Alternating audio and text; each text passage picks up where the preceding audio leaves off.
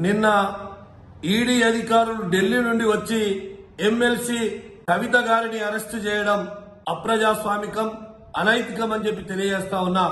ఎందుకంటే ఇవాళ బీజేపీ కాంగ్రెస్ కలిసి కుట్ర పడినట్టుగా ఖచ్చితంగా అవుపడతా ఉంది. మరి ఇవాళ సుప్రీంకోర్టులో కేసు పెండింగ్ ఉండగా 19వ తారీఖు విచారణకు వస్తుందని తెలిసినా మరి ఇవ్వాలనే మరి నిన్ననే మరి అరెస్టు చేయడం అప్రజాస్వామికం అని చెప్పి నేను తెలియజేస్తా ఉన్నా. రాజకీయ దురుద్దేశంతో రాజకీయ అనైతికకు గురి చేసినటువంటి బీజేపీ పార్టీ ఇవాళ ఈడీ పేరుతోని అనేక మందిని దేశంలో చేసినట్టుగానే ఇక్కడ కవిత గారిని కూడా చేయడం అప్రజాస్వామికం అని చెప్పి దీన్ని తీవ్రంగా ఖండించాల్సిన అవసరం ఉందని చెప్పి తెలియజేస్తా ఉన్నా.